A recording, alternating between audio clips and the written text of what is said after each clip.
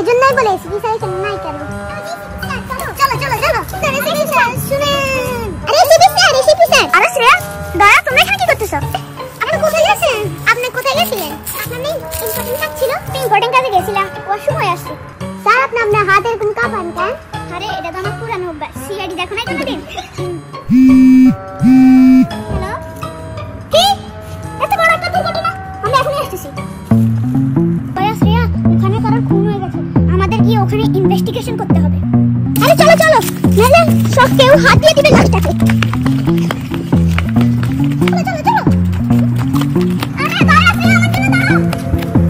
আচ্ছা আপনি তো লেট করতেছেন কেন? আরে আমার এমনি তো রইতেছে, আমি মোটা না। এই জন্য হ্যাঁ হ্যাঁ ওটার জন্য আমি মোটা না। চলো চলো দেরি হয়ে যাবে। আর আস্তে দৌড়ো। আল্লাহ মাই গড কি হলো? তার ইনভেস্টিগেশন করতে হবে। একটা গভীর মার্ডার। কোথায়? ও তো ওয়াশরুমে গেছে।